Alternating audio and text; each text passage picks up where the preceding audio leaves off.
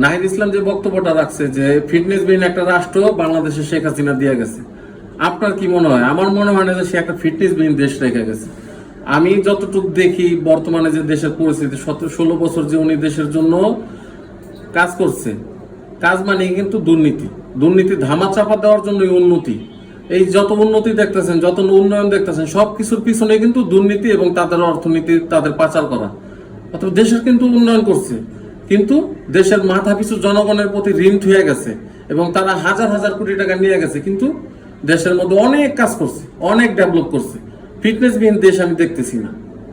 বাংলাদেশ ফিটনেসবিহীন দেশ হলে এতদিন চলতেছে না, বিদ্যুৎ আছে না, সবকিছুই আছে, মানুষ দ্রুতগামীর মধ্যে চলতেছে, পদ্মা সেতু আছে, মেট্রো রেল আছে, অনেক কিছু আছে। তাহলে ফিটনেসবিহীন দেশ হইলো কোথায়? কারো সম্বন্ধে বলতে হলে তো আপনার মিথ্যা বলা যাবে না, এটা তো মিথ্যা না। একটা এত বড় একটা মেট্রো রেল তো আপনার ঢেকা রাখতে পারবেন না যে ফিটনেসবিহীন দেশ, এটার মধ্যে একটা কাপড় দিয়ে বা চাদর দিয়ে ঢেকা দিই। এত বড় একটা পদ্মা সেতু চাদর দিয়ে আপনি ঢেকা দিতে পারবেন না। ঠিক আছে, সে মানুষের মাথা পিছু ঋণ দিয়ে গেছে, কিন্তু দুর্নীতিও করে গেছে, অনেক টাকা এখান থেকে লুটপাট করে নিয়ে গেছে, কিন্তু দেশের জন্য কাজ করে গেছে। যাই করছে না কেন দেশের জন্য কাজ করে গেছে। 17 বছর অনেক কাজ করছে, হয়তো অন্য সরকার করতে পারতো না। 17 বছর উনি টিকছে বলে কাজ করছে। ছাত্ররা যে ব্যাখ্যাটা দেয় যে 17 বছর, দেখেন তারা বলে যে এনসিপি একটা নেত্রী বলছিল যে 17 বছর ধরে তারা নির্যাতিত। তা আমি তো মনে করবো যে শেখ হাসিনা খুবই অন্যায় করছে যে 17 বছর যদি তারা নির্যাতিত, আজকে 22 বছর ছেলেরা তাকে 6-7 বছর বয়স ছিল, তখন 6-7 বছরের শিশুদের উপরে শেখ হাসিনা খুবই নির্যাতন করছে। 6-7 বছরের শিশুরা আজকে এখন এনসিপির একটা দল গঠন করছে, 22 বছর বয়স হয়েছে তারা।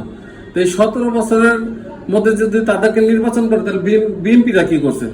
তারা তো সব ছাত্রলীগের নেতাকর্মী, যুবলীগের নেতাকর্মী, তারা নির্যাতিত কোথায় ছিল? আপনারা তো সবাই জানেন। সারজিৎ বক্তব্য দিত যে আমার বঙ্গবন্ধু, এখন বঙ্গবন্ধুকে স্বৈরাচার বলে, বাজে কথা বলে। শেখ হাসিনা, তার মা শেখ হাসিনাকে বাজে কথা বলে, তার ছাত্রলীগের নেতা তাকেও সেও বাজে কথা বলে। 17 বছর বিএনপি, জামাত ইসলাম, বাংলাদেশের অন্য অন্য দল যারা ছিল সবাই আওয়ামী লীগের আমলে নির্যাতিত ছিল। সবচাইতে নির্যাতিত ছিল বিএনপির তৃণমূল। বিএনপির তৃণমূল ছিল বলে বিএনপি এতদিন টিকা ছিল। বিএনপির তৃণমূলের মধ্যে আপনার খুঁজে দেখেন, সন্তান হারা, মা হারা, বাবা হারা, কেউ স্বামী হারা, সবাই নির্যাতিত। 17 বছরে তোমরা তো নির্যাতিত ছিল না, তোমরা তো মায়ের কোলে ছিলা। এখন আজকাল ডিমের থেকে বাইরে মনে করো তুমি 17 বছরের ব্যাখ্যা নাও।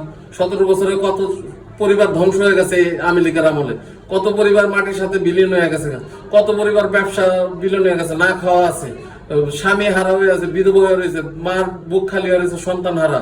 তোমরা 17 বছরের ব্যাখ্যা নিতে গেলে তোমাদের 30 লক্ষ মামলা আগে দেখতে হবে। তোমাদের কটা মামলা আছে আগে দেখো। সবকিছু বাদ দেন, আপনি হাবিবুর নবী খান সোহেল ভাইয়ের 600-র উপরে মামলা আছে। ওই একটা ব্যক্তির মামলায় তো তোমরা গ্রহণ করতে পারবে না। তোমরা 17 বছর ব্যাখ্যা নিতে চাও। 17 বছর শেখ হাসিনার সাথে লড়াই করে বিএনপি বটবৃক্ষর মতো টিকা রয়েছে। 17 বছর লড়াই সংগ্রাম করে টিকা রয়েছে এখনো বিএনপি। আর তোমরা আগেও সরকারে ছিল, এখনো এসে ডক্টর ইউনূস সাবরিনা সরকার গঠন করে বসে আছে। তোমরা আগেও ফায়দা নিছো, এখনো ফায়দা নিছো। কয়েনের এই পিঠ আর ওই পিঠ তোমরা।